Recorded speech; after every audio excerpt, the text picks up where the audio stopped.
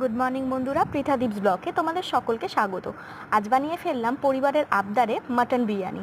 হ্যাঁ, বুঝতেই পারছি গরমে খুবই কষ্ট হয় রান্না করতে, কিন্তু কি করব বলো, মানুষরা যদি আবদার করে সেটা না ফুলফিল করতে পারলে কিন্তু মনে খুব কষ্ট লাগে। দেন আমি স্টেপ বাই স্টেপ সবই করে ফেললাম। যেহেতু অতটাও পটু নই, তো হাজব্যান্ডের হেল্পই সবসময় নিয়ে থাকি। ও আজকে কাজের সূত্রে তো বাইরে ছিল না, তো সেই জন্য আমি নিজেই করছিলাম। কিন্তু অ্যাটলিস্ট ও কাজের থেকে ফিরে এসে আমাকে ও নিজের থেকে হেল্প করছিল, তো সেটা দেখে খুবই আনন্দিত হয়ে গেল। অ্যাটলিস্ট ও তো বউয়ের কষ্টটা বোঝে বলো। এই গরমে সত্যি যারা রান্না করে না, খুবই কষ্ট হয়। তো যাই হোক, বিরিয়ানি কমপ্লিট হয়ে গেল। তারপরে যখন সকলের প্লেটে দিলাম, সবাই তো আমাকে দেখে খুব তারিফ করতে লাগলো, কিন্তু আমি মনে মনে একটু ভয়ও পাচ্ছিলাম যে কেমন হবে কি না হবে।